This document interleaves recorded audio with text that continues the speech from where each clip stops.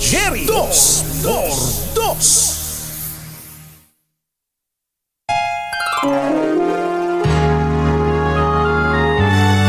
Kauna-unahan sa Pilipinas. Manila Broadcasting Company. DZRH, member kapisanan ng mga broadcaster ng Pilipinas. Member KBP, oras! Eksakto en punto. 6:05. Balitang makatotohanan, balitang maaasahan. ACS Balita. Walang makakaligtas, walang makakalampas. San mang sulok ng kapuluan, Luzon, Visayas hanggang Kamindalawan. Basta't may balita, ipagwagwagan ng sikat na tagapagbalita. ACS Balita. Kasama ang 2x2 tandem Anthony Taberna at Jerry Baha. ACS Balita. Ang programang ito ay hatid sa inyo ng ACS Manufacturing Corporation, ISO Certified, maker of world-class quality Pride detergent.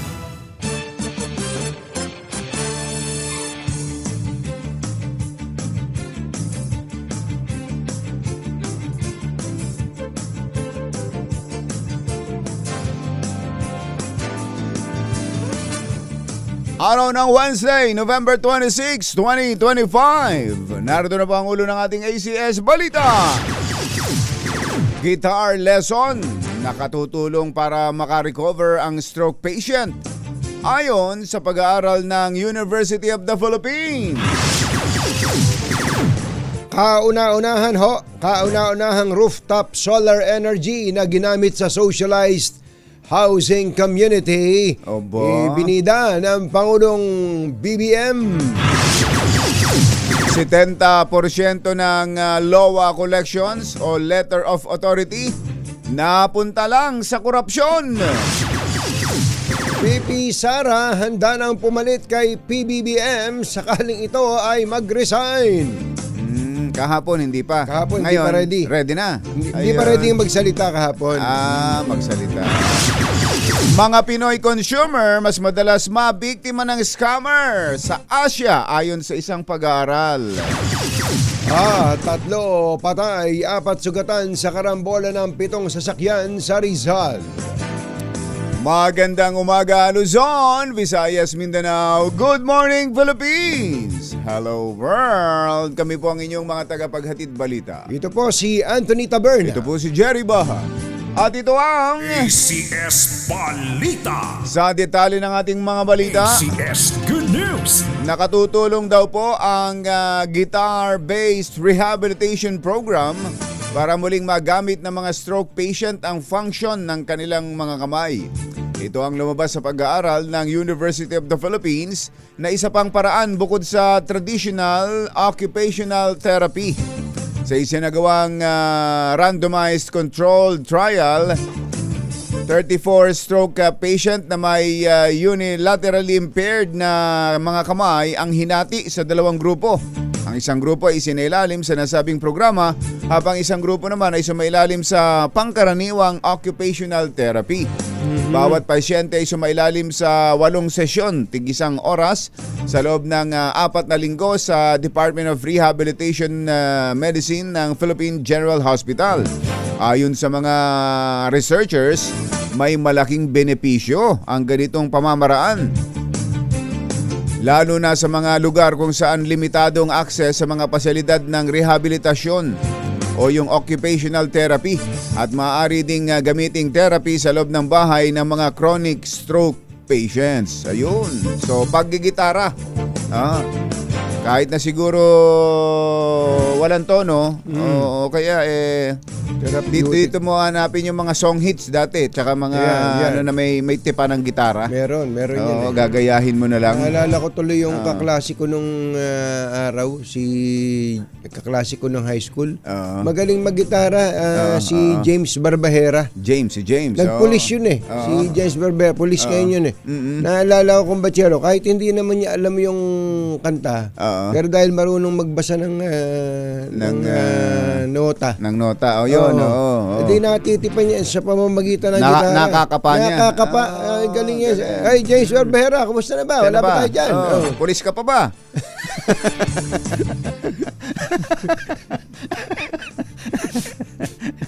Ba't mo naman nasabi? Sabi mo, dating pulis kasi. Pulis dati. Hindi. Alam ko pulis. Nagpulis ka ako. Kaya nga, nagpulis. Kaya, pulis ka pa ba? Kinabahan naman ako bigla. Attorney Kalinisan, wag naman. Bakit? Nadali na ba ng Napolcom? Ay, Binabati lang eh. Naalala pa. 6:10 ng umaga, naimbag bigat kada kayo amin na po. Agring kayon, gising na. Ibinida ng Pangulong Bongbong Marcos ang kauna-unahang rooftop solar energy sa bansa na gamit sa socialized housing community sa Cavite. Ayan pala, sa video, pinapakita. Ang ganda, no? Ito rin, nasa mga pahayagan din ngayon. Yan talaga kailangan. Picture ng Philippine Daily Inquirer, ng Philippine Star. Ayan, ang ganda, no? Correct. So ito pala ay housing project na lahat ng units ay naka-solar. Nilagyan ng solar panel yung bubong. Oo. Ayan, sana kung ganitong bagong kung batyero, kung bagong community, wala nang mga cable. Wala nang mga cable, mga kawad ng kuryente na nasa taas. Dapat ibinaunan rin nila, no? Ibinauna at ang total naman ang main source ng energy ay solar na. 'Di ba? Dapat ito mo, ang ganda ng sana no. May mga kawad pa. May mga kawad pa rin eh. Sana ay yung nakikinig sa atin yung mga developer. At sa yung Department of Human Settlement, kapag may mga bagong community na ganito, sana masubukan na yung nakabaon. Underground cable na. No? Underground cable. Wala nang mga salasalabit na spaghetting pataas at pababa. Yun na nga. Sa kanyang pagbisita sa Solar Rooftop Power Facility sa Naik, Cavite, nangako ang Pangulo na mas palalakasin pa ng gobyerno ang suporta para sa mga makabago at makakalikasang proyekto sa renewable energy.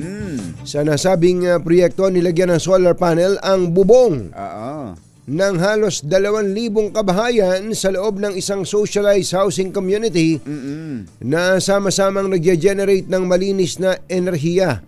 Bukod sa malinis na kuryente, sinabi ng Pangulo na nakakalikha ito ng kita para sa mga community services tulad ng street lighting, waste management at training programs para sa mga residente. The energy that we produce here will power a better life for the people who live in this community, but even beyond this community. Because although there are advantages, there are benefits to those living in this community, there is also the benefit to the grid because you are providing additional power, which we all know is something that we need. Yun. Ang paliwanag ng Pangulong Bongbong Marcos. Sana yung mga susunod ng mga housing projects, ganyan na rin ang gawin, ano, Yes. Bachero? Pero teka muna, ito ba ay government housing project? Mukhang government eh. Kasi mukhang Saka si Pangulo ang nagpunta. Pangulo. Saka nandun si Secretary Aliling. Ayan o. Saka kung hindi man Sigaw pala, si Secretary John Vic pala yung nandun. Taga Cavite. Taga Cavite. At kung hindi man, kunin na ng gobyerno.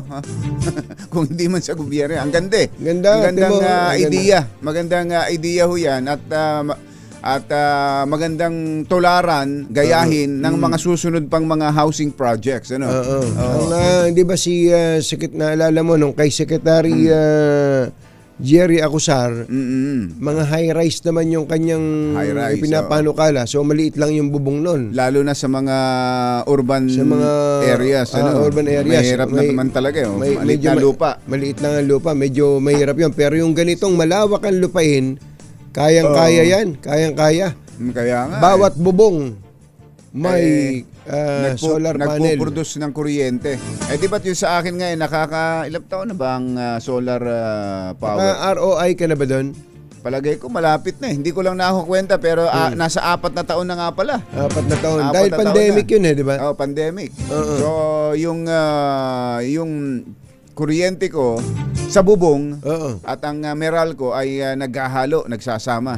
Nag-net metering, kaya naka-net metering Net ako. metering. Yung isa na lang kumbatsero, siguro naman kung medyo dumadami na yung gumagamit ng solar panels na to kumbatsero, baka bagsak presyo na yan. Oo. Malaki, hindi, actually malaki na ibinaba ngayon kung ba't talaga. Kumpara doon sa mga unang panahon, ako'y Nauna ka pa nag-eksperimento pa lang ng solar panel. So kumbaga mas mabilis ako maka-ROI kung ngayon ako maglalagay. Mas mabilis ngayon. Kaya lang yung ang kuryente yung ipinapanawagan natin sa gobyerno, sa Department of Energy, lalo na kapag ikaw ay net metering, sana naman na yung pinoproduce mong kuryente, yung pumapasok sa linya na ng Meralco, halos kasi Kapareho ng presyo. pareho ng presyo ng bili ng Meralco mula sa grid. Kung hindi man pareho, Malapit-lapit. Malapit-lapit. Hindi katulad ngayon, wala pa sa kalahati. Ganun? Oo. Ang bira. Wala Paano pa ka sa naman kalahati. gaganahin? Paano Kaya ka gaganahan nun? Yun nga, yung ang, para mas ma-encourage ang mas maraming tao na mag-solar. Yun. Yan. 6:15 ang ating oras. Diyos maray na aga sa Indugabos, mga Bicolano. Mata na ka mo, gising na. Ginagamit umano ng ilang opisyal ng Bureau of Internal Revenue bilang modus Yan. ang letter of authority Yan para makapangikil ng malaking halaga mula sa mga negosyante. Yan na. Ito ang pagbubunyag Aba. ni Senator J.V. Ejercito matapos suspindihin ng Department of Finance at ng BIR ang LOA.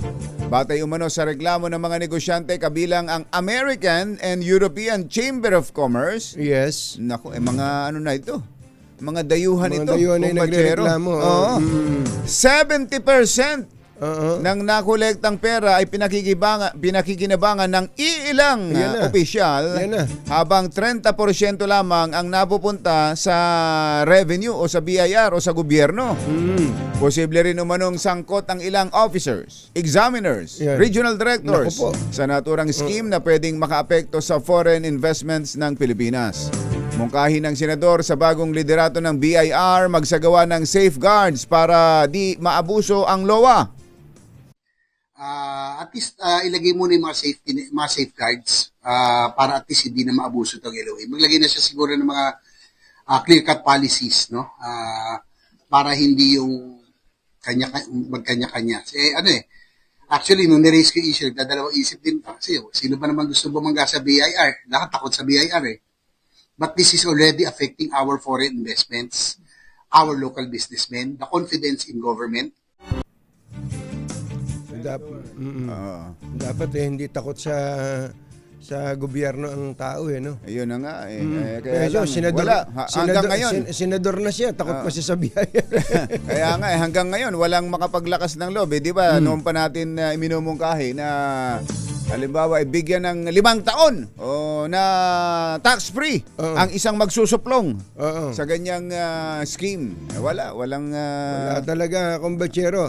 Pero alam mo ba, negosyo nung nakabidahan natin ton si Secretary Decgo, hindi pala natin natanong publicly, ang sinasabi niya, kumbatsero, ang contribution lang ng LOA sa tax collection ay less than 3%. less than 3%. Kumbaga, Dahil baka nga dahil sa binubulsa. Kaya nga napakalaking scam Oo. yun ang nangyari. Pero hindi naman po nangangahulugan na ang mga mamamayan ay hindi na dapat magbayad ng buwis. Kaya nga dapat nga tayo magbayad ng tamang buwis. Pero yung harassment, yung titirahin ka ng assessment na 100 million. Samantalang ang halaga lang ng negosyo mo wala pang 20 million. Kaya nga, talaga naman. Talagang harassment. Tapos yung isang negosyanteng kausap natin kumbatsero di nagkuha na siya, may LOA na siya. Di na-settle niya LOA. Nung daw sumunod na araw, may tao na naman sa kanya. Bet nandito na naman kayo. Mission order naman to. Patay. Ha? Magkaiba pa yung LOA sa mission order. So, panibago na naman. Iba yun. At saka Nako. nakabantay doon, kumbatsero. Oo. Eh di hindi daw pumupunta yung may-ari doon sa opisina. Oo. Ayaw pumunta. Eh, sabi daw nung taga BIR, hindi kami aalis. Oo. Hanggat hindi siya dumarating. Nako, ayan na. Oo. Oo. Ayun na. So, tigil ang negosyo pag ganun. Natatakot lahat ng tao. Kaya Dahil nga, sa very anxious sila Oo. na may taga BIR doon. Palagay ko, sino pang pwedeng makaisip ng pamamaraan dyan para hindi na magamit yan sa harassment? May nagte-text sa akin ng kahapon eh. May binabanggit na kung gamitin na lang, gayahin na lang yung sa Hong Kong. Oo. Sa Hong Kong daw ay parang meron ng System. may system kung paano teka eto oh. Ayan eto. Nawala. Hindi, ang May system daw sa system kumbatsero, kung system ang tinutukoy mo, Oo. walang kawala ang mga taxpayers. Kaya nga Pero specific yung babayaran mo. Ibig sabihin, pag nagbayad ka na, wala na. Binigyan ka na nga ng clearance. Halimbawa, taon-taon binibigyan ka ng clearance. Oo. Tapos, bigla kang habulin ng BIR, sasabihin, meron ka hindi binayaran ganitong taon. Oo. 10 years ago, ganito. 6 years ago, ganito. Ganun na, yun na nga Ba't binigyan mo akong clearance? Oo. Ba't mo ako binigyan ng clearance itong nakaraan? Kaya nga. Tapos babalikan ka ngayon. Kaya kasi ginagamit na ultimo mga lumang LOA. Kaya nga. Nire-recycle. Talaga naman. Anak ng baka. Ito, sabi niya, Sa gayahin Hong na Kong. lang sa Hong Kong Oo. tax system na naka-pre-assessed na per kind of business for the year. Aha, So, parang tansyado na. Oh. Tansyado na. Kumbaga, parang nagtatakda na lang ng, negosyo ng restaurant. Oo. Ganito ang kita nyo for the year. So, ganito ang babayaran ninyong buwis. Parang ganun siguro yan. Hindi yung pupuntahan ka, depende kung anong kulay ng balat mo, Oo. tsaka kung paano ka magsalita, doon ka dadalihin. Ayun, ako, dahil tayo dyan. Katulad lang sa restaurant, nabanggit mo yung restaurant kumbatsero Oo. ang restaurant naman na legit na, Oo. may POS yan eh. Ano ba yung POS? Yung point of sales. Point of Nakakonekta sa BIR yun eh. Oo. Kumbaga, halimbawa ako, lahat ng sales ko na niresibuhan ko dahil obligado naman ako magbigay ng resibo, alam ng BIR yun. Oo. Alam ng BIR kung magkano benta ko. So, kwentada na kagad ng BIR kung magkano yun. Alam nga ng BIR kung magkano sales ko. Oo. Dahil dun sa point Dahil of dun. sales eh. Oo. Dahil lahat ng mga supplier ng POS ay kailangan accredited ng BIR. Oo. So, doon Yun pa na lang nga. kumbatsero, doon pa lang sa, kung yun lang ang source of revenue mo, Oo. tumbok na ng BIR kung ano, nagbabayad, may VAT doon. Oo. Tapos sa bandang dulo, kaya nga doon, maiaawas mo yung binabayaran mo sa, halimbawa, nag-senior citizen discount ka. Discount. Alam na ng BIR kung magkano inaawas sa, Ay, yun, sa sales mo meron eh. pala tayong ganun Meron eh. Oo. Kaya lang, may mga kumpanya nga na hindi pa, wala namang ganun. Wala namang ganun. Wala namang point of sales. O Tsaka POS. siguro yung ibang klase ng negosyo. Halimbawa, yung mga construction company, kumbatsero. ayan. Ako mahirap yan. Mahirap kwentahan yan ng mahirap tax. Pero kung meron ng pre-assessed na tulad nung ginagawa nga sa Hong Kong, tingnan mo ang Hong Kong, nagrereklamo ba sila? May issue ba tayo? May issue ba ng LOA doon at MOA o MO? Baka yun, manggaya na lang tayo. Madali naman, basta mayroong mga effective na pamamaraan sa iba, walang masamang manggaya. Gayahin na lang natin. Alas 6:23 ng umaga, nagbago ang tono ni Vice President Sara Duterte sa usapin kung handa siyang pumalit kay Pangulong Bongbong Marcos Yan na nga. sakaling umalis ito sa pwesto sa harap ng mga isyu ng katiwalian. Ayon kay VP Sara, hindi na kailangan pang questionin ang kanyang kahandaan. Dahil nung tumakbo siya bilang presidente ay batid na niya siya ang papalit. Oo. Oras na magbitiw ang Pangulo. Yan nga sinasabi natin kahapon. Yan mismo ang sinabi yan mismo. namin. Hindi nga lang pagbibitiw, Madam Vice President pag nagkaroon ng vacancy, kahit hindi pa siya nagbibitiw, pwede kang pumalit. Giit ni VP Inday, bahagi ng kanyang constitutional mandate na i-take over ang Malacanang. Ang pangit naman nung i-take over. Wag naman ganun. Parang hindi magandang pakinggan. Parang i-take over. Ang Malacanang. Parang sapilitan Oo, no? kapag bumasa posisyon si BBM, batay na rin sa line of succession. Matatanda ang una nang tumanggi si BP Sara na magkomento sa naturang usapin dahil magdudulot lang umuna ito ng kaguluhan. Alas 6:24 ang ating oras. Mayong buntag kaninyong tanan, mga Bisaya, mata na mabudiha. Gising na ba kayo? Isa ang mga Filipino consumers sa mga paboritong lokohin o paboritong mabiktima ng mga scammer sa Asia. Sa report ng Global Anti-Scam Alliance, lumalabas na mahigit sa 230 scam attempts kada taon ang nararanasan kada adult consumer sa bansa. Mula February 2024 hanggang February 2025, aabot sa halos 12,000 pesos ang nawala sa kada Pilipinong consumer dahil sa na-scam. Sa kabila nito, tanging 73% lamang ng mga biktima ang inire-report ang mga scam attempts sa kanila at 40% ang pinababayaan na lamang. Ayun nga, nahihiya o kaya Hindi rin alam kung paano mag-report. Iyon, hindi alam kung paano, kung kanino magre-report. Sa datos, 75% sa mga scam ay ipinadadala sa pamamagitan ng text message. Ayan. 50% ay via messaging apps. Ilang percent yung text message? Sa text messages ay teka. Yung una mong binanggit. 75%. Ang dami pa rin, ano? Oo. Ang dami pa rin sa Dahil text, pa ano? rin. Yun nga siguro, yung padadalang tulad ng kinukwento natin tungkol sa bangko. Oo.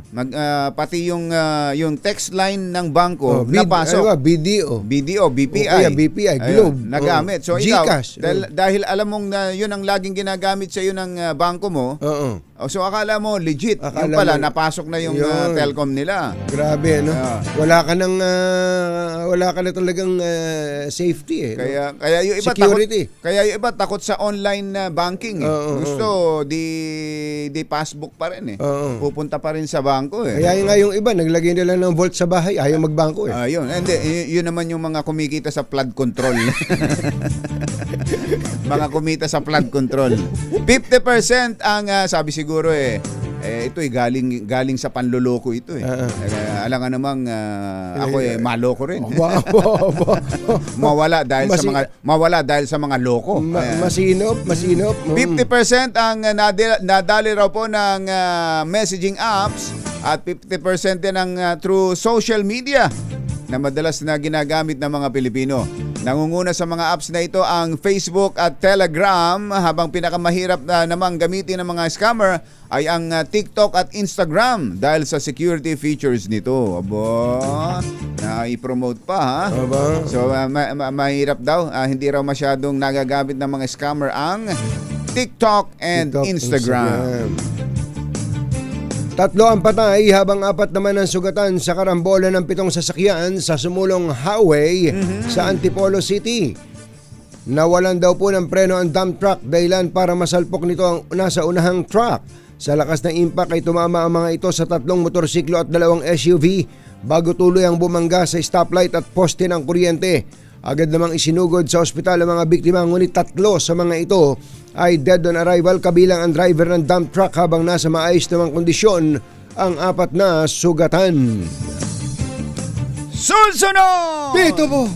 Dating Secretary Harry Roque, inaresto nga ba Aba, sa abroad? Yan, di ba pang mga nagbabagang balita? Sa pagbabalik ng ACS Balita. alas 6:28. Walang balitang makakaligtas, walang balitang makakalampas, saan mang sulok ng kapuluan. ACS Balita! ACS Balita! Ang programang ito ay hatid sa inyo ng ACS Manufacturing Corporation, ISO Certified, maker ng world-class quality Pride detergent. Hi, hi, hi!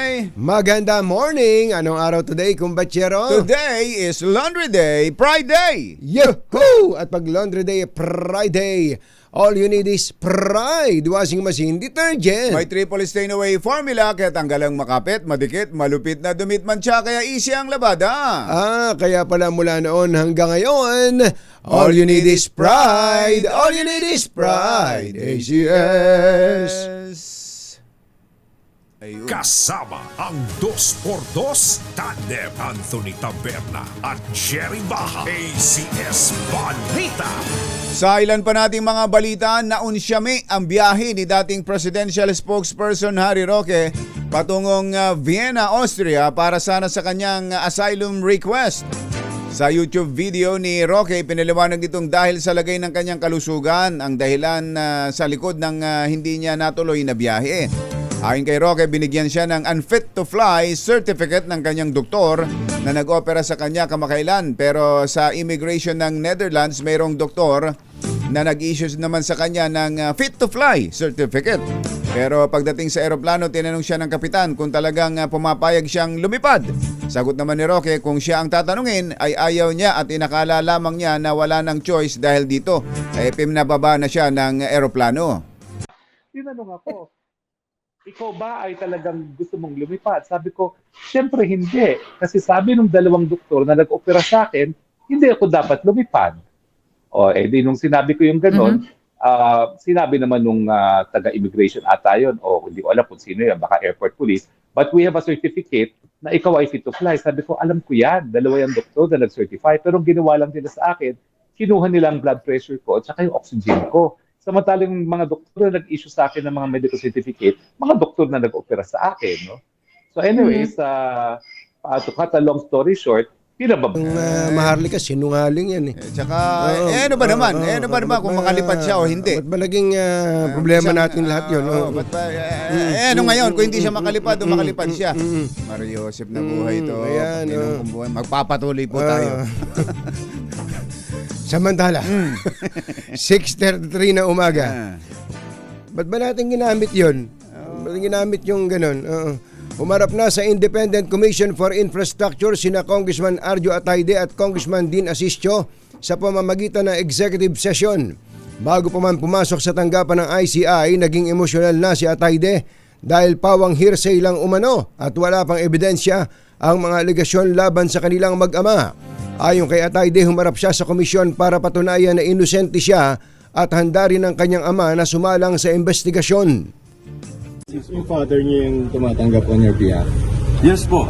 Again, it's all hearsay po, sir. Kasi until now, as I said, baka mas mabuti po bago po magturo, bigay po muna sa akin yung ebidensya laban sa akin. Because up to this point, since September 8, they haven't even given out anything against me or my father. You know, and my father is also willing to go through the investigation. Wala po kami tinatago, hindi ako magtatago, hindi ako iiwas, hindi ako lilipad ng ibang bansa. I am here to thoroughly go through the investigation to fight for my innocence po. And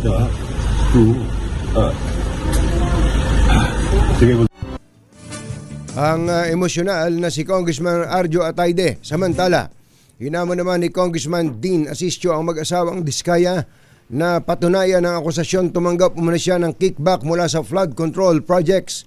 Giit ni Asistio, humirit siya ng executive session sa ICI para maiwasan ang trial by publicity lalo pat may mga inilabas siyang sensitibong detalye. Humarap po tayo dito sa ICI para makipagtulungan sa investigasyon. Nang sa ganun, mabigyan din tayo ng pagkakataon na ma-clear yung name natin sa allegations laban sa atin. Sir, bakit nag-request na executive session? Para po mas maprotektahan dahil baka magkaroon po ng judgment by publicity. At baka meron po tayo mga sensitibong masabi sa ICI na hindi muna kinakailangan lumabas sa publiko para ho hindi maka-abala sa investigasyon natin. Si Congressman Dean Asistio ng Caloocan. So kung lahat ng ipatatawag na ICI magre-request ng executive session, so wala nang maila-live stream. Wala na tayong mapapanood. Lahat ng mag-request. Lahat. Kasi di lahat na yan. Kung pinagbigyan siya, ba't siya ganun? Pinayagan yung walang live stream.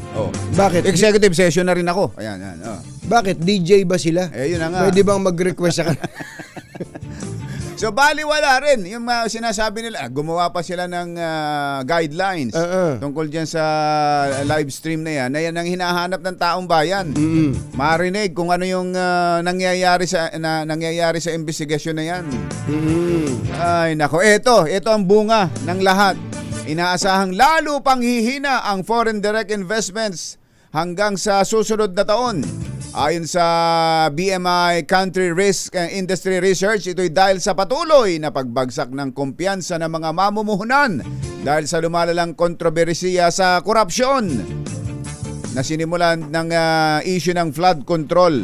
Naitala na bumagsak ang FDIs o Foreign Direct Investment Inflow sa 1.3% ng GDP sa ikalawang quarter ng 2025, mas mababa sa dating 2.5% bago ang pandemya.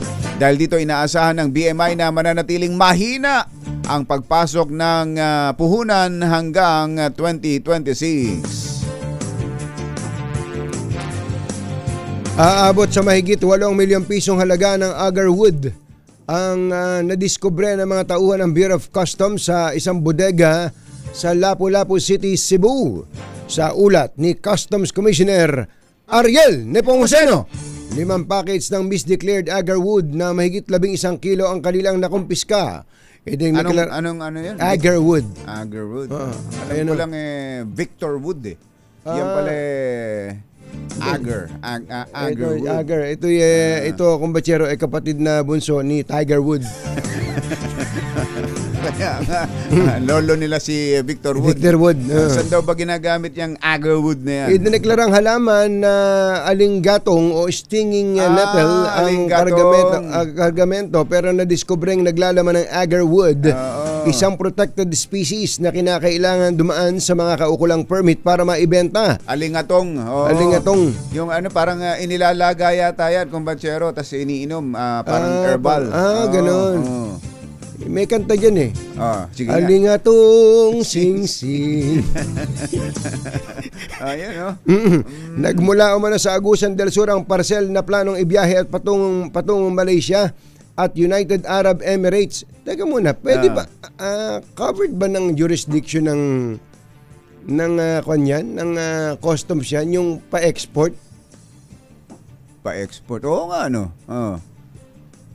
Kung Baka palabas baka chine-check na rin nila. Agad namang nag-issue ng warrant of seizure and detention si Port of Cebu District Collector Alexandra Lumontad dahil sa paglabag sa Customs Modernization and Tariff Act, Wildlife Resources Conservation and Protection Act at iba pang batas na ang may-ari ng kargamento. So alingatong nga yun. Alingatong. Ayun. Sabi yun ang declaration, alingatong. Alingatong. Pero agarwood pala. Iba palang kahoy yung ayun. Kasi yung alingatong, sabi ni Lola Annabel Tapalya. Lola Annabel Tapalya. Gamot nga daw, gamot nga yan, anti-inflammatory, antibacteria, diuretic, ayun. May mga umiinom yan, nilalaga. Pero yun ang declaration, alingatong. Pero iba pala ang laman.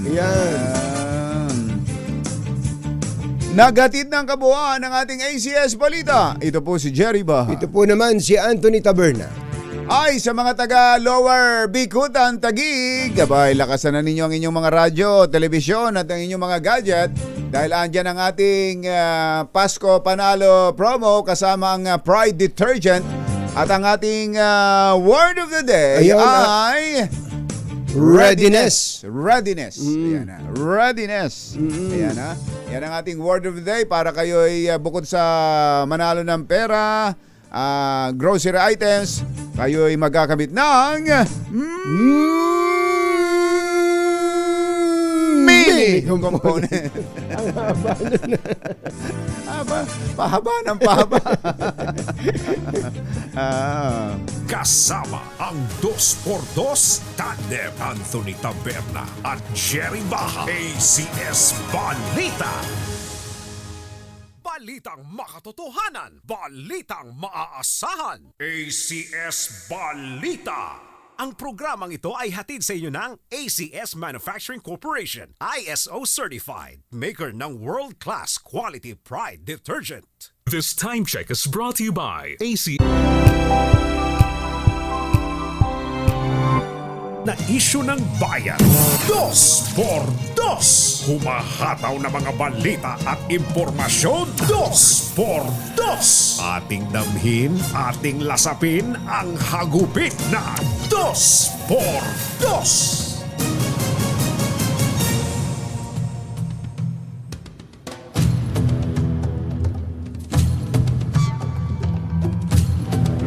Isang panibagong bomba ang pinakawalan ni dating Congressman Zaldico sa ikalimang yugto ng kanyang expose kaugnay ng ninakaw na pondo ng bayan, at sa pagkakataong ito ay isinangkot na niya si Presidential son, House Majority Leader Sandro Marcos.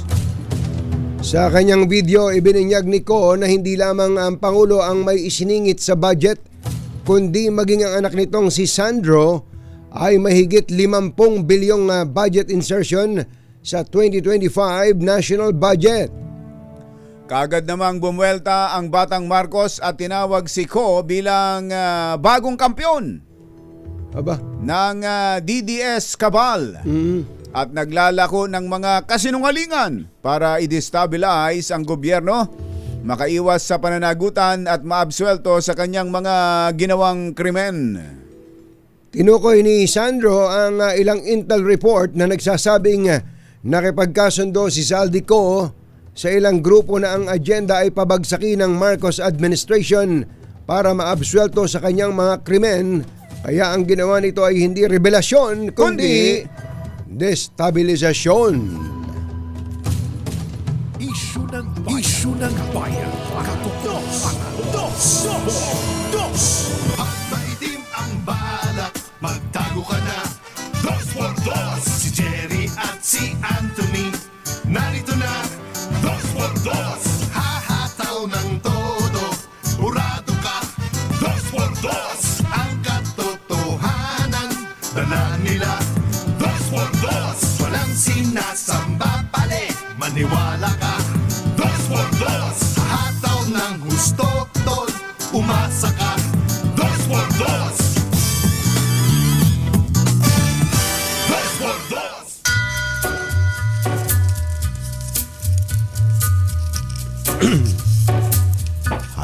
Hi. Maganda morning. Magandang umaga, bayan! Dito po si Jerry Baha. Ito po naman si Anthony Taberna. Muli pong sumasa inyo ang 2x2 sa umagang ito ng Friday! Yahoo! Kamusta kayo mga textmates, mga text partners, mga kapamilya, kapuso, kapatid, kabarkada, mga kapitbahay? How are ya? Kayo ba'y sumisigla din kapag narinig ninyo ang Friday? O kayo'y lalong sumisigla kapag narinig ninyo ang tinig at ang video ni Congressman Zaldico? Ayan. Yan na ngayon ang kumbagay parang series. Para series na inaabangan. Kailan na ba? Lima na. Parang Korean telenovela. Muje! Haish! Ama! Opa! Parang Korean telenovela na inaabangan kung ano ang susunod na mangyayari. Ayan. Kaya kayo mga textmates, mga text partners, ano bang tingin ninyo ngayon kay dating Congressman Zaldico?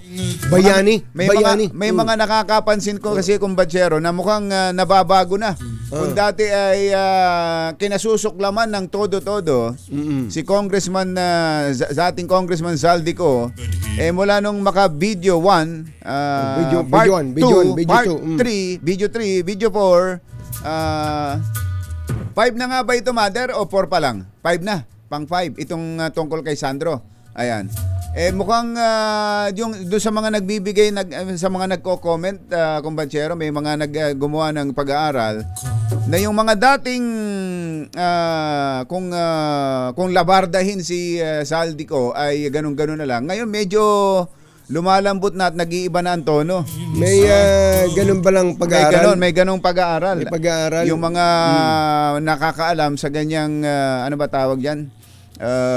Mga tungkol sa social media. Analytics siguro. Mga analytics. Ayan, Pero meron naman kasing kumbatsero meron tayong tinatawag na kung sinong kaaway mo, kaibigan ko. Ayun, yun. Meron ganun talaga. Halimbawa, kahit kaaway kita, pero dahil kaaway ko, Kinaaway mi kaaway ko, kaibigan na kita. Ayan, oo. May ganun So, eh. pwedeng ang DDS ay... Dahil sino bang ang mga Duterte? yung pinapakawalan ni Kong Saldi sino ba who stands to benefit? Ayan, oo. Hindi sabihin, pagka natanggal si BBM, magiging presidente si Sara. Si Sara, oo. Kaya yung mga makasara, Aba. sino ang instrument para matanggal si BBM? Ayan, totoo yan. Yan sinasabi niyang yan. Pero a few weeks ago, nung ang magkakaalyado ay si BBM, si Kong Saldi, si Speaker, galit na galit sila kay doon sa mga iyon. Lalo na kay Kong Saldi. Lalo kay Kong Saldi dahil inaaway nila si BP Sara. Ayan, oo. So, ngayon, Talaga naman, no. Kaya ganyan ang pangyayari sa atin. Pero ito, sa mga sinasabi ni Kong Saldi, mag-iingat din dapat at dapat wag pabigla-bigla sa pagsagot ang Malacanang. At saka hindi rin basta-basta, hindi lang basta-basta para sumagot. Ano? Oo, yun, kaya nga. No. Pati yung mga kababayan natin, hindi rin basta-basta dapat i-dismiss yung sinasabi niya, hindi rin dapat na paniwalaan kaagad. Hintayin natin ang mga kaukulang ang dapat na mga investigasyon at paglalabas ng mga dokumento. Ito may mga inilabas yung bukod doon sa kanyang sinabi, may mga inilabas ding mga papeles, mga dokumento itong si Saldico sa kanyang sa Facebook yun no? Facebook sa Facebook page niya. Kaya nako, mahaba-haba pa ito. At tingnan natin, si Saldico ba ay inyong hero? Is he a hero? Sa tingin ninyo, para sa inyo? Parang siya isang villain pa rin. Si Kong Saldi Combachero ay gusto kong ihambing kina Bryce Hernandez Sila Bryce Hernandez na ngayon ay para bagang magiging bayani pa. Part ng sindikato ng Modus na ngayon na nga sabi natin nag-uuna-unahang maging state witness. Nag-uuna-unahan.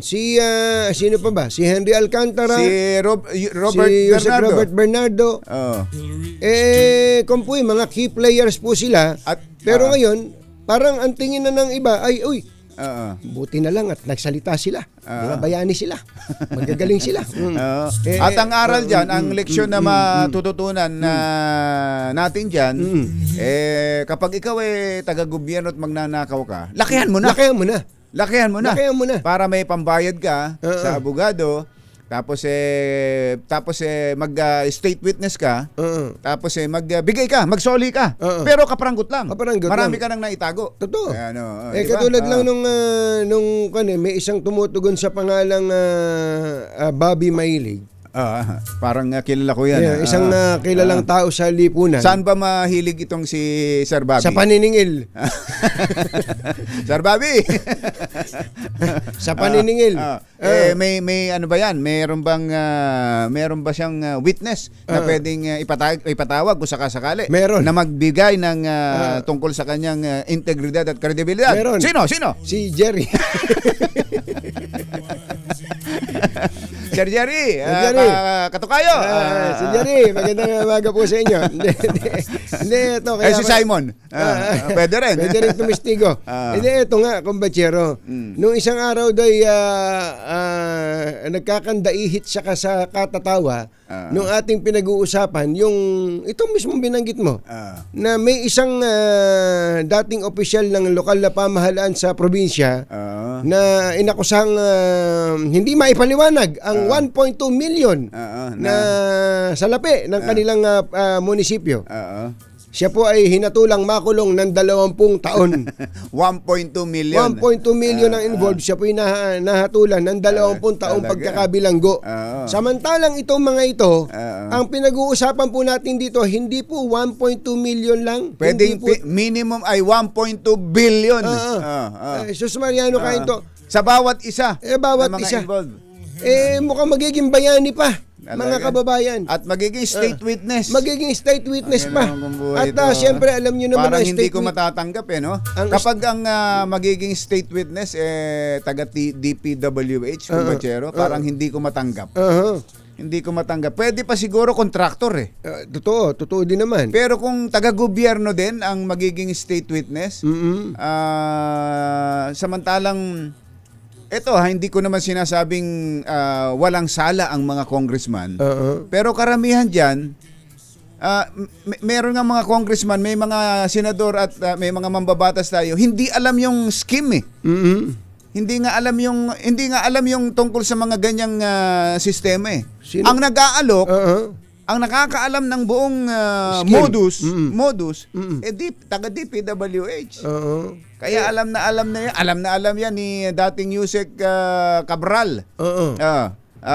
Yusek Bernardo, alam nila yan kung paano. Tapos sila magiging state witness. Pero kung buhay to. Kung ako naman, kumbatsero, kung ako naman ang kung tatanungin mo lang naman ako. Sige, kung tatanungin kung kita. tatanungin mo lang din naman ako, hindi maaaring hindi equally liable yung congressman. Kasi hindi naman siya tanga para maging congressman siya.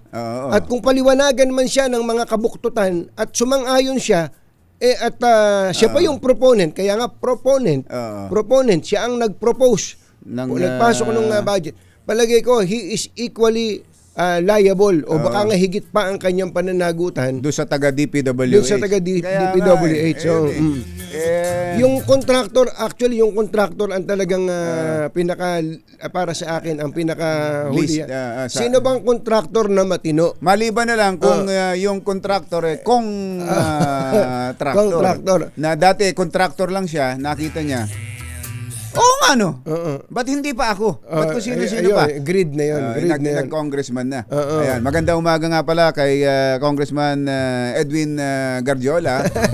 Minsan daw nagkakaroon ng pagkakataong makapakinig sa Dos por Dos. Ay, good morning. Good morning, sir. Kong. Kong, magandang umaga po. Kumusta po kayo? Kumusta po kayo? Congressman, nandiyan po ba kayo sa mataas na kahoy? Kumusta po ba si Congressman Leandro Leviste? Kayo ba'y nag-uusap? Nako. Yung po nga yung binabanggit natin na yun, kumbatsero yung contractor na matino, hindi naman niya siguro maiibigan na magbigay kung kani-kanino. Umiiyak nga eh. Kaya nga tayo napabunghalit nung nakaraang taon, sinabi natin garapal ang katiwalian sapagkat yung mga contractor umiiyak na dahil sa katakawan ng mga nakakatransaksyon nila mula congressman hanggang sa DPWH. Kaya nga. Kung ikaw ay contractor na legit, magaling ka, hindi ba gusto mong nakatanaw, uy, ako nagpagawa niyan. Ayan, may legacy ka. Maganda yung proyekto na yan. Kumita man ako ng kaunti, buhos naman niyang at inaalala mo rin ang kalalagayan ng mga tauhan mo, ng mga empleyadong umaasa sa iyo. Kaya ko lang naman nabanggit kumbatsero yung tungkol sa mambabatas. Minsan kasi may bagong congressman, may bagong sila. Hindi pa nila alam yan. So sino ang magsusubo sa kanila?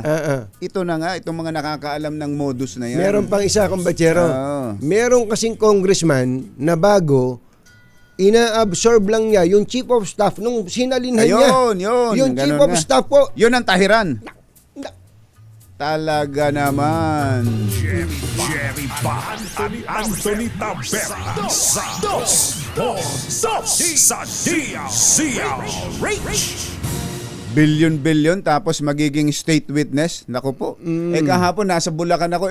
Nagpapabot nga pala tayo ng pakikiramay sa mga kamag-anakan, kaibigan na naulila ng namayapang si Ronnie O. Borja. Si Ronnie. Namatay si Ronnie. Biglang-bigla. Sa San Marcos. Yung taga San Marcos, Kalumpit, Bulacan.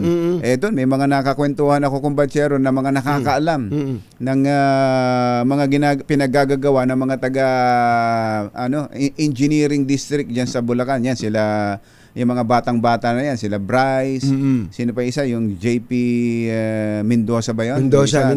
At yung tropa nila. Talaga raw matindi sa pagsusugal lang. Lahat ng sugal, alam na alam. Pati mga ginagamit na sasakyan. Ayun, tsaka yung si Henry Alcantara. At alam na alam din doon. May mga binabanggit pa nga. Baka daw hindi pa nababanggit yung ibang mga ghost projects. Meron doon. May binanggit sa akin sa Paumbong, sabi niya. Sa Paumbong. Hindi pa nababanggit yung isang ghost project niya sa Paumbong. Ghost flood control. Nakita nila Ghost Project? Sila ang gumawa nung una. So naglagay na sila ng abang. Tapos hindi ginawa. Para dugtungan nung susunod na kontraktor na nakakuha ng project. Wala, hindi ginawa. Pero nabayaran na. Bayad na. Paumbong, sa mga mga nag-iimbestiga dyan. Maasim yan.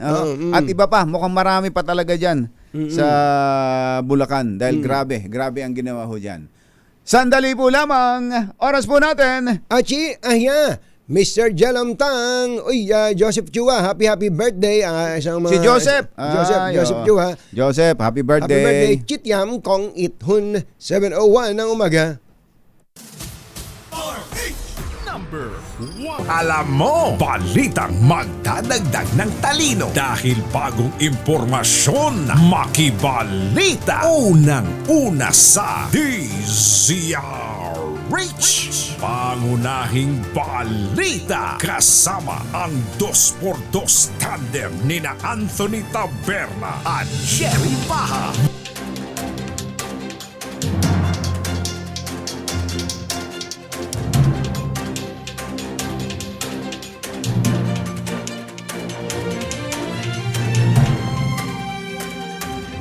Narito na pa ang ulo ng ating mga pangunahing balita. Zaldico isinangkot na rin si Congressman Sandro Marcos sa budget insertion scandal. Presidential son may buwelta sa dating kongresista.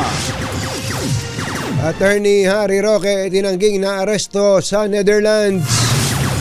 Kapitan ng barangay binaril habang naka-FB live sa Davao del Sur. 14 na pulis na inakusahan ng rape at robbery ng isang grade 9 student kinasuhan sa Napolcom. Bansang Finland, hawak pa rin ang corona sa ikawalong sunod na taon bilang happiest country sa buong mundo. Ang Pilipinas naman, pasok sa top 57.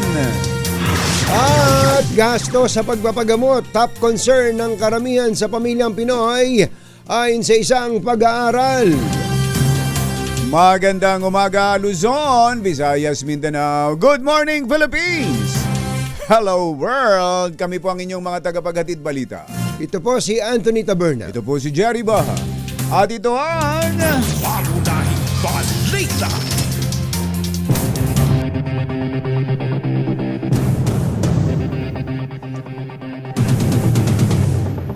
Sa detalye ng ating mga balita, binaril habang naka-Facebook Live sa Barangay 3 de Mayo, Digo City, si Captain Oscar, Barangay Captain Oscar Bukol Jr. kagabi.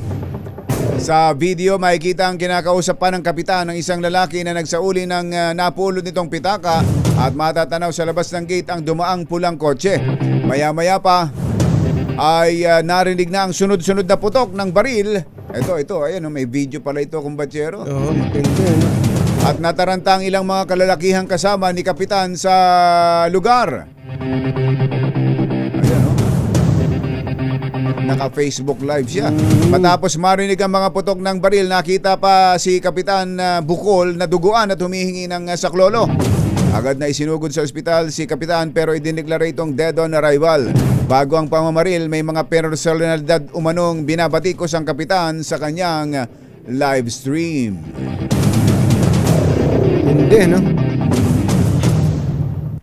Kinasuhan na ng grade 9 student sa Napolcom ang 14 na pulis na isinangkot sa rape at robbery sa Bacoor City. Ayon kay Napolcom Vice Commissioner o Vice Chairman Rafael Calinisan, mismong ang 18 anyos na biktima ang naghain ng reklamong administratibo laban sa mga pulis na miyembro ng PIDEG Calabarzon. Target ng Napolcom na maresolba ang kaso sa loob ng 2 buwan. Nitong Lunes, sinampa na rin ang mga kasong kriminal laban sa mga pulis sa Office of the City Prosecutor sa Bacoor. Pasok ang Pilipinas sa top 57 mula sa 147 mga bansa sa mundo na pinakamasaya. Sa 2025 World Happiness Report, Finland pa rin ang happiest country sa kabila ng mga hamon sa ekonomiya na kinakaharap nito, mataas na bilang ng walang trabaho at problema sa pananalapi.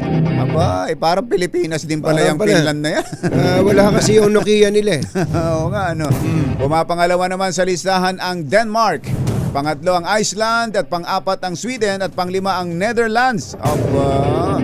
Sunod sa listahan ang Costa Rica, pang-pito ang Norway, pang-walo ang Israel, pang-siyam ang Luxembourg at pang-sampu ang Mexico. Samantala, panghuli naman sa listahan ng 147 ang Afghanistan. Napanatili ng Finland ang titulo nitong happiest country sa mundo sa ikawalong sunod na pagkakataon. Alas 7:09 na ng umaga, mayorya ng pamilyang Pilipino ang problema ang bayad sa pagpapagamot o hospital bill. Ito ang lumabas sa pag-aaral ng Boston Consulting Group o BCG sa kabila ng mga hakbang ng gobyerno para sa serbisyong pangkalusugan. Ayun na nga, bakit yan pa rin, ano? Dapat hindi na yan eh. Baka hindi pa nararamdaman o kaya hindi pa nasusubukan. Hindi pa nasubukan. Hindi pa nasusubukan ng ating mga pamilyang Pilipino. Yung mga ipinatutupad na ngayon sa healthcare natin, healthcare system marami natin. Na yan, kumbatsero. Marami mga kakilala ko na nakasubok na. Naka-avail na ng zero. At masayang-masaya nga. Gusto nga magkasakit uli eh. Yung iba, What? Wag naman. Pero hindi katulad ng dati na takot talaga. Actually, magpatingin na lang eh, takot na takot. Sa resulta ng BCG study, 64% ng mga Pilipino ang nagsabing kakailangan nilang mangutang o humingi ng tulong sa iba kung aabot sa 10,000 ang bayad sa ospital. Isa sa kada 5 tinanong naman ang nabibigatan na magbayad ng 1,000 para sa pagpapagamot. Lumabas din sa pag-aaral na 58% ng mga Pilipinong pamilya ang mga mas nangangamba para sa kalusugan ng miyembro ng kanilang pamilya kaysa mawalan ng trabaho. Ayan. Magkaroon ng kalamidad o iba pang bigla ang problema ang pinansyal. Yan ang kaya nga pinatutunayan lang yan, pinakikita lang yan kumbatsero na kailangan talagang magpursigi pa sa information drive ang Department of Health, ang PhilHealth. Alam mo ba, kumbatsero, kinonta ko pa yung PhilHealth nung kamakailan para lang makapag-present sila sa kumpanya. Yun, kasi yung HR, kung ano yung mga benefits. Di ba? Ang unang sagot ng PhilHealth nasa website. Hindi ka ako pumunta kayo dito kung wala naman kayo ginagawa. Hindi, para website. ma-presenta, parang mag-general assembly kami ng mga empleyado at nang malaman kung ano yung pwedeng mapala ng mga tao sa gobyerno. At kung may tanong, direktang tanong, masagot kagad nila yun. Yun ang importante. Wag niyong iasa sa website. Okay naman po yung website, may information campaign, pero sa ngayon hindi pa lahat marunong mag-website na ganyan. O kaya dito sa 2x2 kung may mga gusto kayong libre batid na ganyan, libre yan. Libre. Department of Health. Para mas maraming kababayan natin na makapag-avail at hindi lumilitaw na ganyan. Yung number one concern ang paano kaya tayo? Paano kaya tayo kung magkasakit? Pag may magkasakit sa pamilya. Tingnan nyo na yan. Isipin mo yung 10,000. Pagkada umabot ng 10,000 yung babayaran sa ospital, kailangan ng mangutang o humingi ng tulong sa iba. Samantalang 10,000 nako. Kayang-kaya ng PhilHealth yan. Kayang-kaya na. Sagot na yan ng PhilHealth. Sabihin ulit pangalan ni Doc. Doc. Sinong Doc? Doc. Yun Ano nga pangalan ng taga-PhilHealth? Doc Lani Mercado. Yan, si Doc Lani Mercado. Sige. Lani Mercado. Samantala, isinangkot na rin ni dating Congressman Zaldico si House Majority Leader Sandro Marcos sa issue ng budget insertion sa pambansang pondo. Sa video na ilalabas ni Ko sa kanyang social media account, sinabi nitong higit sa 50 billion ang pondong isiningit ni Sandro sa loob ng 3 taon. Ayun, 3 taon pala yon, hindi yung 2025 lang. Pagbubunyag ni Ko, laging may utos si Congressman Sandro sa Bicameral Conference Committee na ipasok ang kanyang mga proyekto. Hindi lang po ang Pangulo ang may insertion sa budget. Pati po si Congressman Sandro Marcos, meron din pong pinapasok taon-taon. Noong 2023, may 9.636 billion pesos. Noong 2024, 20.174 billion pesos. At nitong 2025, 21.127 billion pesos. Lahat-lahat, ang kabuuan ay 50.938 billion. Ayun. Parang 51 billion din yun Sounds familiar. Sounds family. Pero yung 2025 pala, yung ay nasa ano, ilan? 21? Yung binangyan, 21 billion. Hindi kulang pala yung naipakita sa atin nung nakaraan. Naipakita sa atin nung nakaraan, nasa ano lang eh. Nino? Nasa 12.9 billion lang eh. So, hindi pala kumpleto yon. Meron pa palang iba. Kung totoo itong sinasabi ni Kong Saldi. Sino ka? Ano ito? Nasaan ako? Wala ka ba nun? Nasaan ako? Wala ka ba nun? Kaya binanata ni House Majority Leader Sandro Marcos Ayan. ang akusasyon ni dating Congressman Zaldico na sangkot umano siya sa nangyayaring katiwalian sa pamahalaan. Matapos si Dawit sa usapin ng budget insertions, agad dumipensa si Congressman Sandro at iginiit na nakikipagtulungan si Ko sa ilang individual na nais pabagsakin ng administrasyon. Ayon kay Kong Sandro, bukod sa walang kredibilidad, gusto lamang umano ng dating congressman na sirain ang gobyerno sa pamamagitan ng mga inilabas nitong video. Gate ni Sandro, ang mga pinopost na video statement ni Ko ay hindi revelasyon, kundi destabilisasyon. Yun. Para maabsuelto siya sa mga nagawang krimen.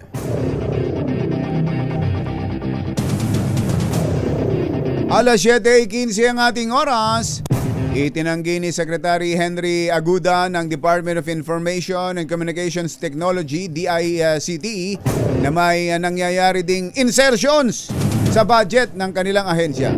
Kasunod ito ng akusasyon ni dating Ako Bicol Party List Representative Zaldico na kabilang sa 100 billion insertion sa 2025 national budget ang 5 billion alokasyon para sa Free Public Internet Access Fund ng DICT at 1.5 billion para sa iba pang programa.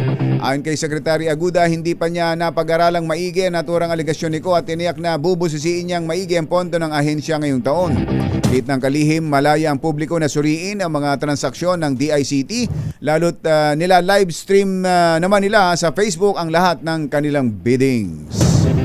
Itinanggi ni dating presidential spokesperson Harry Roque na inaresto siya sa the Netherlands dahil sa kasong human trafficking kaugnay ng pagkakasangkot sa illegal pogo operation.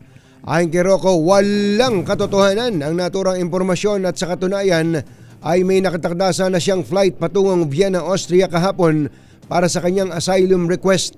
Gayunman ipiniliwanag ni Roque na hindi ito natuloy dahil sa lagay ng kanyang kalusugan. Samantala, sinabi naman ni DILG Secretary John Vic Remulla na wala pang official communication na kumukumpirma sa umano'y pag-aresto sa dating presidential spokesperson. So yung inutos kumbachero ng husgado na i-cancel yung kanyang passport, i-cancel na nga pala ng DFA. Cancel na ng DFA.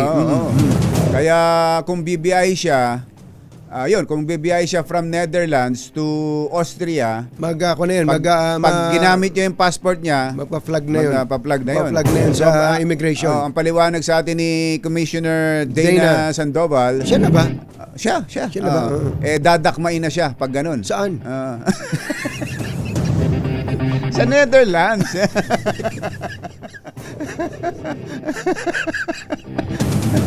Mother, pwede mo bang gawing guest si Kumbachero sa programa mo? Doon, may papaliwanag ng gusto kung saan. Samantala,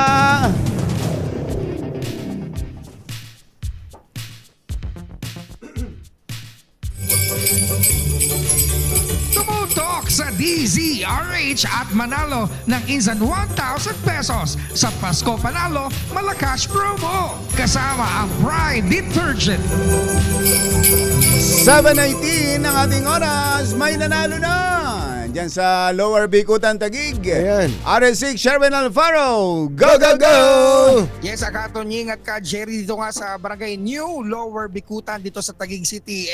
Tingnan mo naman na malakas ang nakikinig ng radyo itong ating bahay na pinasok ngayong umaga dahil yung kanyang radyo na dito mismo nakasabit to sa padero. Ayan, Tingnan mo nga naman, diba, radyo. Radio listener talaga.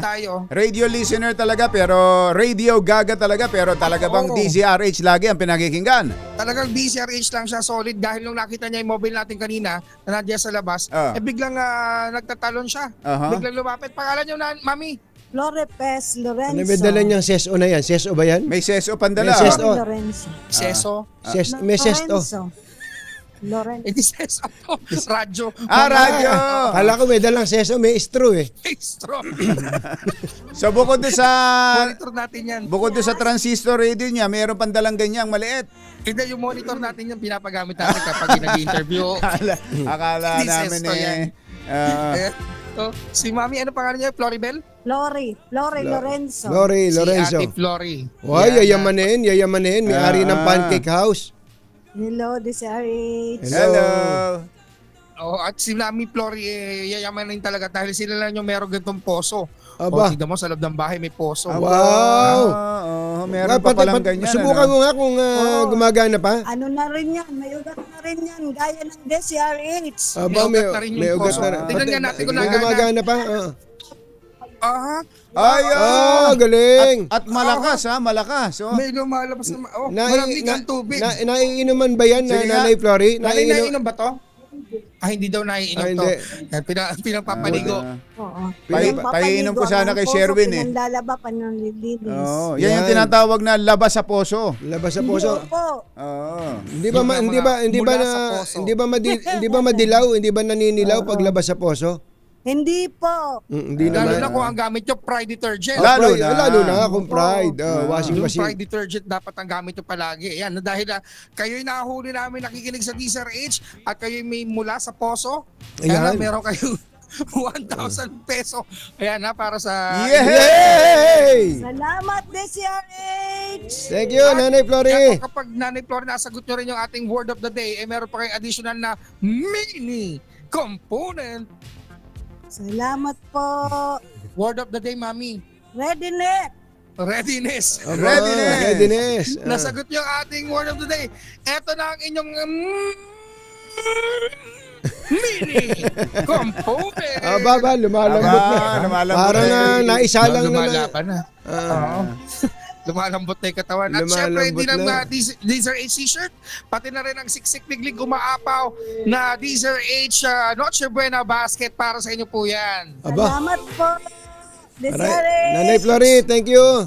Nako, maraming salamat Nanay Flori at syempre sa mga nais mo natin ng 1,000 pesos, laging tumutok sa DZRH, baka kayo susunod nating winner sa DZRH Pasko Panalo Promo. RH number 6, Sherwin Bata Alfaro DZRH, nasa Pilipinas, sa Pilipinas. Sherwin, napakagalante mo raw. Mga pinag-uusapan pa rin hanggang ngayon, yung pagiging galante mo, iba ka. Ganun talaga, dapat palagi nagbibigay tayo. Iba ka. The more you Ano give. yan, yung kahapon? Yung kahapon. Ay, kahapon ba yun? Sa Santa Maria.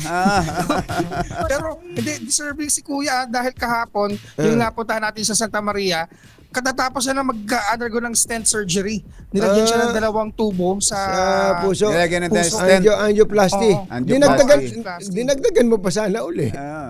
Okay na yun, naibigay na natin ang buo. Thank you, Sherwin. Thank you. Kaya naman sa mga nice mo ng 1,000 pesos, lagi tumutok sa DZRH Pasko Panalo Promo. RH number 6, Sherwin Bata Alfaro DZRH, sa Pilipinas, sa Pilipino. Thank you!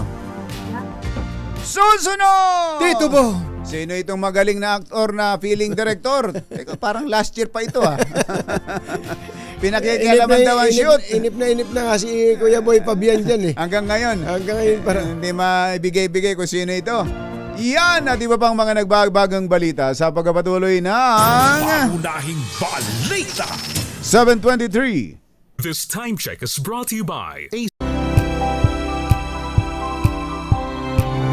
mga nangunguna at mga bagong balita sa DZRH. Pangunahing balita. Nga pala, kumbatsero, meron kang binabanggit tungkol doon sa mga cellphone? Yung ikaw, yung pinapakita ko sa yung naiiwanan mo yung cellphone. Nakakailang beses ka ba? Ako minsan nalilimutan ko kung saan ko na ibaba yung cellphone, yung susi. Nakakailang ka ba yan per week? Minsan nga talagang halos araw-araw meron ka talagang makakalimutan. Pero normal lang daw yan pag medyo nagkakaedar. Oo, pero normal nga, pero hindi ibig sabihin dapat nating hayaan. Karaniwan yan sa mga elderly, yung pagiging ulyanin. Oo. Pero may magagawa tayo para mapanatiling sharp ang memory. Ayan, tama ka dyan. Kaya magandang regaluhan ang mga nanay at tatay ng N Plus Gold. May brain boosting nutrition kasi may vitamins A, vitamin C, D3, E at B-complex na tumutulong laban sa brain aging. Aba, panalo yan. Pati mga minerals tulad ng magnesium at zinc. Kasama rin yan sa malinaw na o para sa malinaw na pag-iisip at cognitive performance. Kaya mga anak, kung gusto ninyong manatiling alerto at bibo ang inyong mga magulang, wag puro cellphone o TV. Bigyan din sila ng N Plus Gold. Ipakita ang tanda ng inyong pagmamahal with N Plus Gold. Available sa Mercury Drug Stores at iba pang leading drug stores nationwide. Mga nangunguna at mga bagong balita sa DZRH. Pangunahing balita. Upang sugpoy ng lumalalang kaso ng illegal online gaming sa bansa at protektahan ang mga manlalaro laban dito, inulansad po ng Philippine Amusement and Gaming Corporation ang PAGCOR Guarantee website. Yun. Maaaring i-check ng publiko ang nasabing website kung lisensyado at lehitimo ang isang online gaming site bago sila maglaro o magbayad. Regular na ina-update ang website at may direktang link ito sa mga lisensyadong gaming platforms. Ayon kay PAGCOR Chair and the CEO Alejandro Tenco, matutulungan ito ang publiko na makaiwas sa panlilinlang habang pinoprotektahan ang kanilang karapatan bilang manlalaro. Alas 7:32 ang ating oras. Nagalok ng 1 milyong pisong pabuya ang Department of Justice sa sinumang makapagbibigay ng impormasyon na hantong sa pagka-aresto kay Cassandra Ong na may kinakaharap na kasong qualified human trafficking.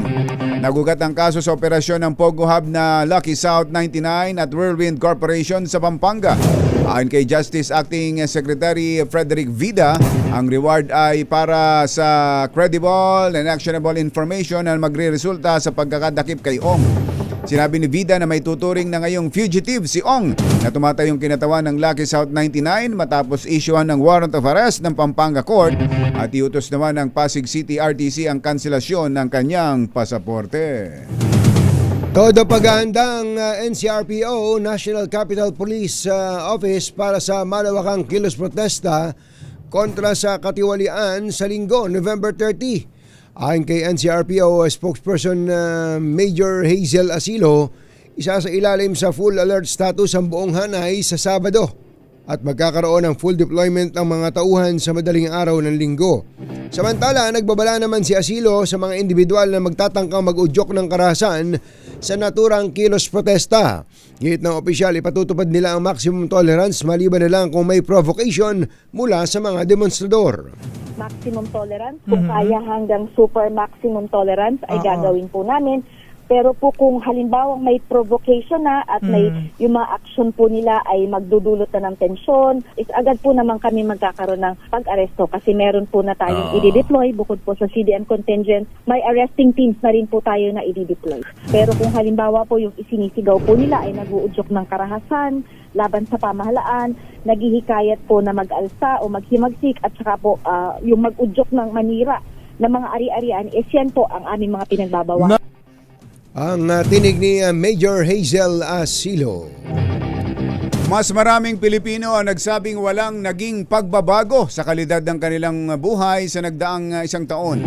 Batay sa September 2025 Social Weather Station Survey, 38% ang nagsabing hindi nagbago ang kanilang pamumuhay, habang 32% naman ang lumala ang quality of life. Samantala, 30% naman ang nagsabing bumuti ang kalidad ng kanilang buhay, kung saan mayorya sa mga ito ay mula sa Mindanao, Visayas, Balance Region at Metro Manila. Ang naturang survey ay isinagawa noong September 24 to 30 at nilahukan ng 1,800 Filipino adults sa buong bansa. Alas 7:35 ng umaga, humingi po ng paumanhin si Manila Mayor Isko Moreno sa mga Manileño dahil sa kakulangan ng Christmas decor sa lungsod.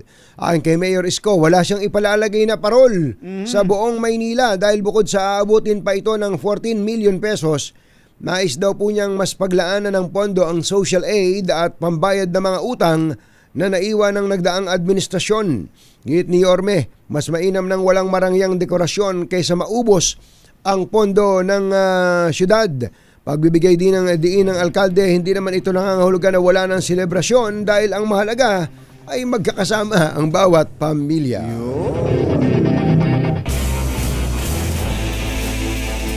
Makakausap natin si Senator JV. Malaman natin bakit siya umaga na umuwi. Ganun ha? Ganun ha?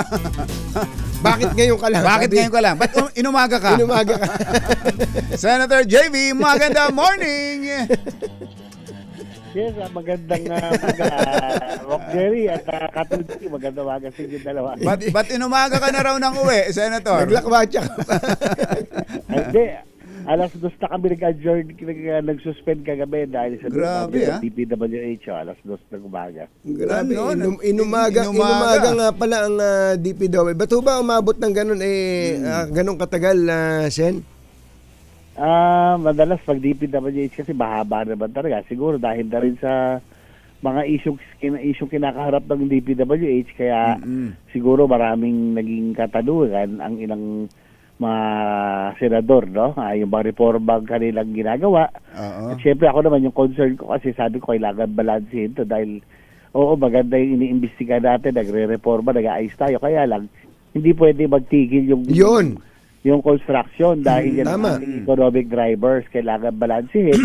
Tsaka dapat bigyan din ng leeway yung mga, kasi binagsak binaba mo yung cost ng materials at lahat.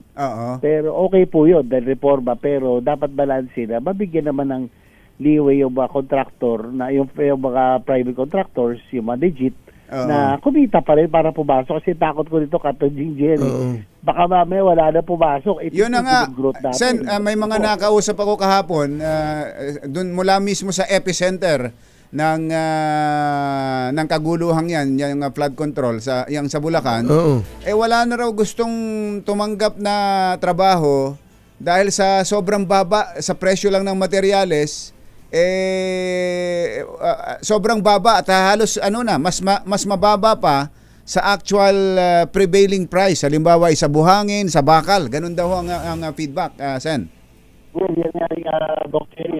Katulji, nga tinanong ko kay Sec Vince, no? Through the chair, si Sen. Sherwin. Baka sumobra naman. Okay po yung sinasagawa reforma at pag-aayos, kaya lang, baka naman sa sobrang baba, tapos yung margin na binibigay ngayon natin sa contractors profit, no? Kasama po naman yan. Baka wala na ho pumasok at yun nga yung worry natin, naririnig ko rin dyan, Bok Jerry, na marami ang natatakot ng sumama at ayaw na sumali sa bidding. Baka tumigil naman yung growth natin. Yan po ang ating economic drivers, nagbibigay ng trabaho at talagang maraming hanap buhay ang nakasalalay. So, kailangan balansehin. Nagbigay ba ng commitment, Boksen, si Secretary Vince na ipapa-review nila yung inilabas nilang presyo? Ang sabi naman po nila ay kung tatanggalin kasi po yung tara, 25%, posible pa rin may kita pa rin at may papasok pa rin kasi medyo kakaiba rin talaga yung nung kakaiba doon, 25% grabe po yun. Sa nung proponent at 5% pang parking fee. At di nangyayari sa yung ito yung modus sila sa likod ng kanyang makasamahan. Ganun po ang nangyaring kalakaran. Sabi nila kung tatanggalin yon ay malaki pa rin ang chance at confident sila na marami pa rin sasama. Kaya pala inumaga kayo. Talagang mahabang usapan yun. Tama po kayo dun, Sen, katulad nung ito lang yung 13th month pay lang ng mga empleyado ng mga construction companies na ewan ko kung natalakay, meron daw marami daw ang hindi nababayaran dahil natatakot yatang magpumirma yung mga taga DPWH ngayon Opo, marami ang takot, Katulji, tama ka, at saka marami rin ang nagtigil trabaho, kaya naawa rin tayo rin sa mga construction workers, yung mga driver, ang daming negosyo talaga ang nakakabit no sa kapag construction at yung infrastructure project. So ay sa nangyaring floodgate scandal ay marami talaga ang nagtigil, no? Marami ang takot at yun ang sabi na ba nila babawi sila doon sa spending, magre-release na sila para po naman mapasweldo yung maraming at mabigyan ng hanap buhay yung maraming nakabidbid ngayon. Okay. So, yan DPWH, pero meron pang isang mainit din ngayon na issue, ahensya dahil sa issue ng corruption ng BIR, Senator JV, at may binabanggit daw kayo na pati mga foreign businessmen tinataga ng BIR sa walang patawad doon sa LOA at MO. Actually, Bok Jerry, katanya nung DBCC nakasala yung ating economic team, ako po ang nag-bring up ng topic dahil marami na ho ang lumalapit sa amin. For the past 2 years, yung mga nakakausap natin kahit sa mga socials lang, yung mga negosyante, 2 taon na akong nakakarinig ng angal na talagang yung LOA o Letter of Authority ay kanila pong inaangal na kahit po yung mga bayad ng taon, yung mga clear na sila, binabalikan po sila. Kumbaga, ginagamit itong LOA, ginagamit itong LOA, they're weaponizing, sabi ko, weaponize, ginagamit ito para pang extort, no? Kaya alam mo naman, Katajing, Doc Cherry, lahat takot sa BIR. Kahit ako takot sa BIR eh. Bakit kayo takot sa BIR? Makabalikan ka eh. Pero yung mga Pilipino negosyante rito, mga Chinese businessmen dito sa atin, matagal na nating nararinggan ng ganyang hinaing. Pero yung pati ang mga foreigners, yung yung American Chamber of Commerce, magparating sa inyo ng ganyang sentimiento? Actually, Bok Jerry, kaya naglakas loob na akong sabihin ito nung plenary debate sa Department of Finance.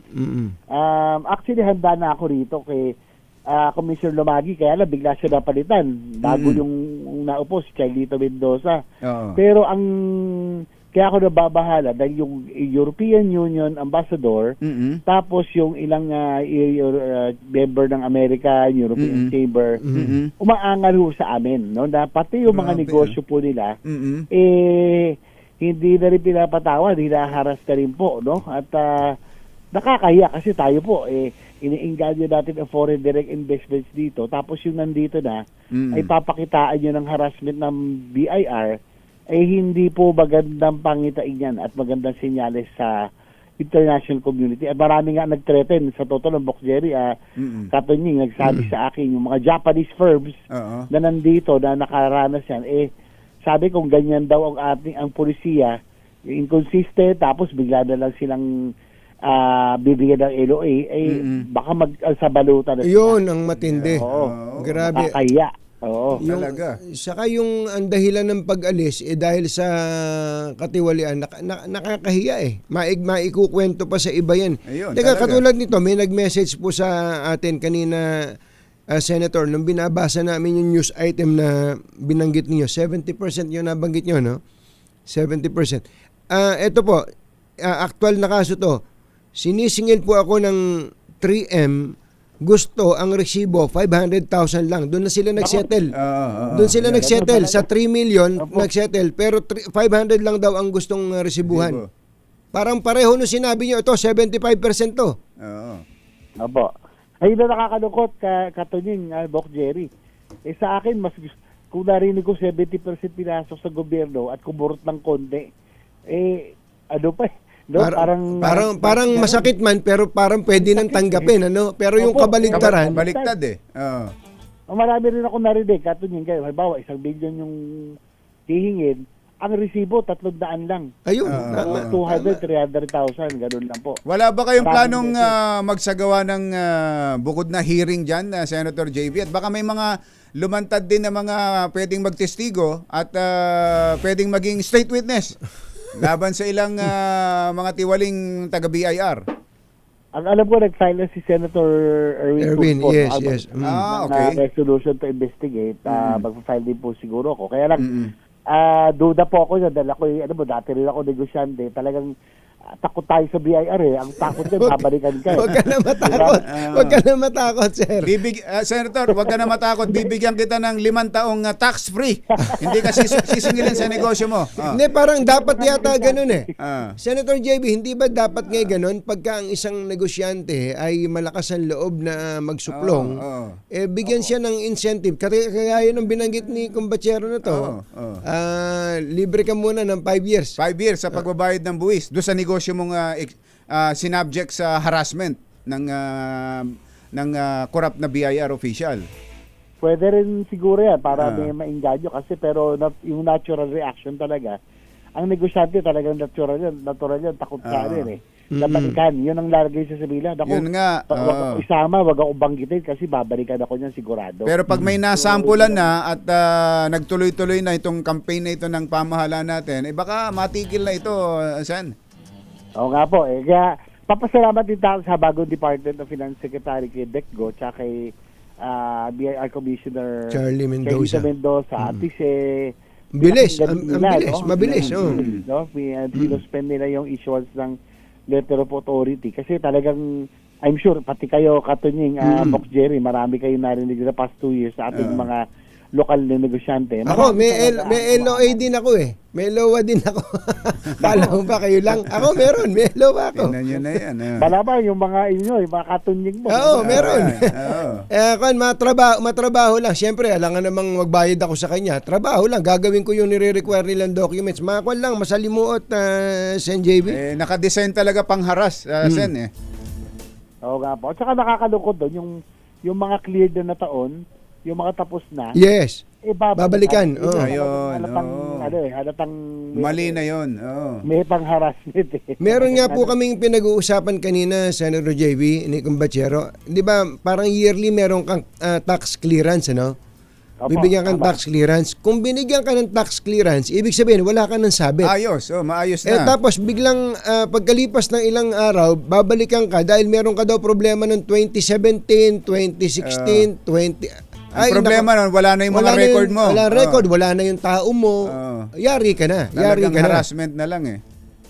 At saka nakakalungkot dito, Katunying, Box Jerry, ako kilala si Jet Li, yung popular vlogger na kasama ko nagpo-promote ng tourism.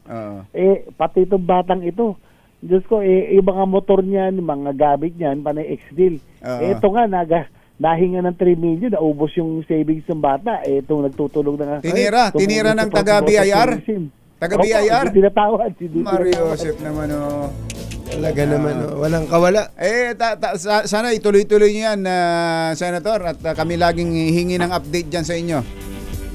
Total, nandiyan na rin lang, sabi ko nga sa inyo, dahil ang mentalidad ko, dahil ako yung negosyante, talagang meron kang takot na balikan, pero nandiyan na rin lang yan, tuloy-tuloy. Pagtulong-tulungan natin. Gayahin natin itong ginagawa sa flood control scandal. Palagay ko may mga lilitaw din dyan at maglalakas loob na magsalita. Sana may maglakas loob na magsalita kasi yung ano talaga ng negosyante mentalidad na ayaw silang balikan eh. So sana po merong magsalita rin talaga para meron ho tayong meron tayong witness, no? Saka yung moving forward din, kailangan magkaroon ng isang system. Maayos ng sistema. Maayos na system na maiiwasan yung intervention na ganun kumbachero, yung bang binabanggit mo kanina na pre-assessment. Tulad doon Sen, itong sinasuggest ng isang negosyante na hindi gayahin yung ginagawa sa Hong Kong na meron ng pre-assessed na per kind of business. May pre-assessed tax na ang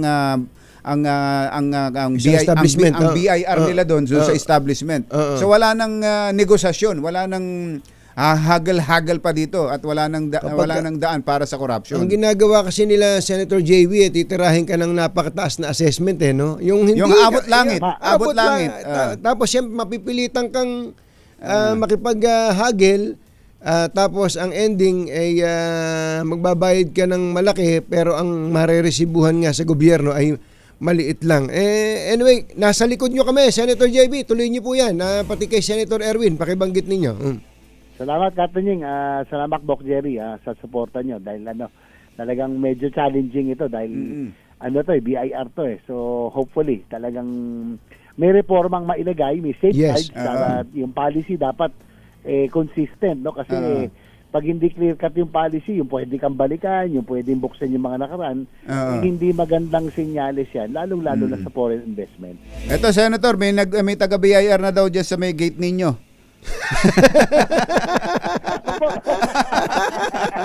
Sen JV, thank you. Magandang umaga. Good morning. Salamat. Senator JV Ejercito. Mga nangunguna at mga bagong balita sa DZRH. Pangunahing balita. 7:51. This time check is bagong balita sa DZRH. Pangunahing balita.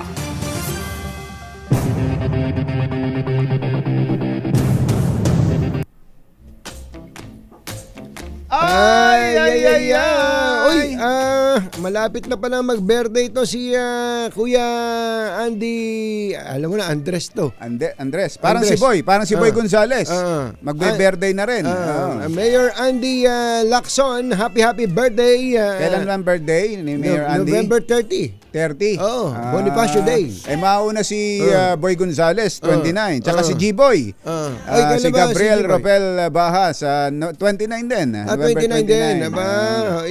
Itong weekend pala na to, maraming mga kainan. Maraming kainan yan.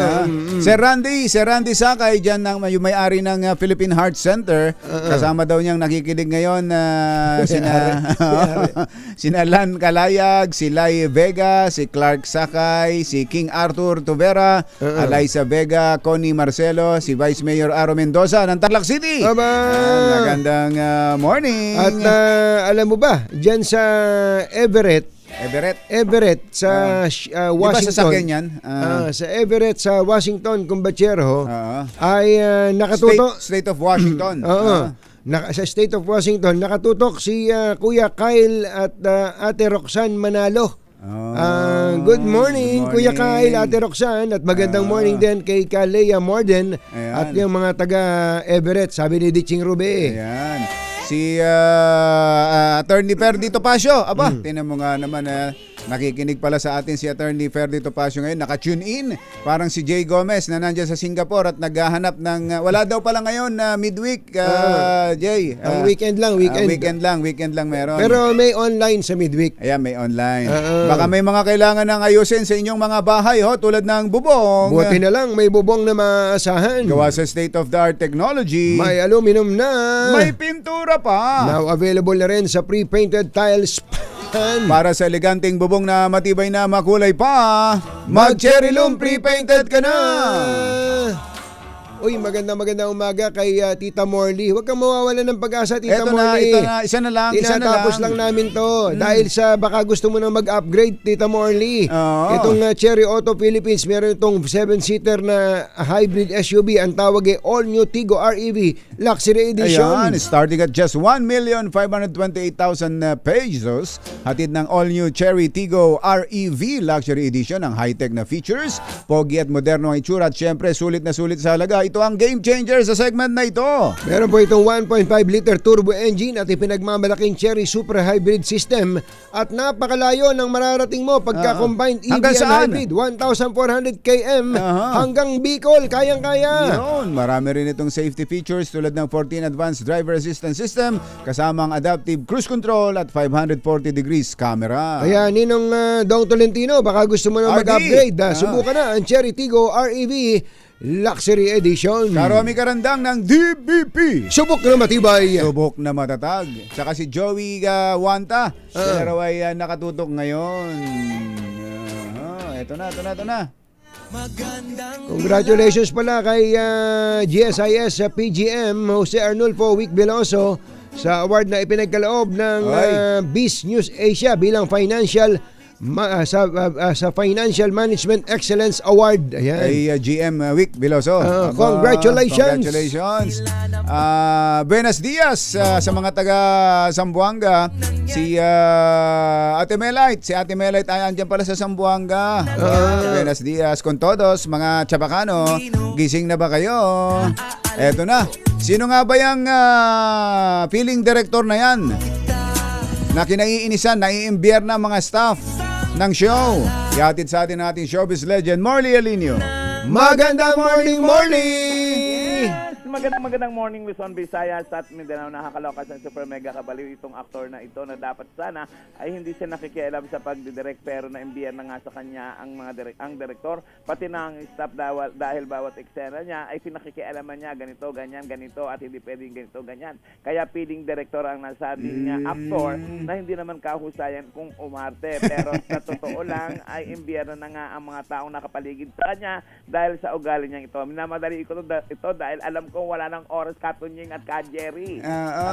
Clue. Ang initial ng naturang aktor ay letter Z. Ayan. Siya lang yata si letter Z dyan. Yan ang ating DZRH Showbiz Happy News. Ako po ang inyong RH47. Morley Alinio para sa DZRH. Una sa Pilipinas, una sa Pilipino. Babu, thank you, Morley! Uy, sabi nitong si Ombudsman Boying Rimulya, lahat daw na ipinahil sa kanilang kaso, pag-aaralan nilang mabuti. Hindi porket finahil ay diretso na sa Sandigan Bayan. Pag-aaralan daw pong mabuti at kasama po dyan ang kasong isinampa laban kay Contractor Bong Rivera ng Tarlac. Nako, yun daw, mabigat ang ebidensya. Nako po, inang. Bye! Happy weekend! Woo! Damdaming bayan! Susunod na! Two American kids growing up in the heartland. Jackie gonna be a football star. Diane's This time check is brought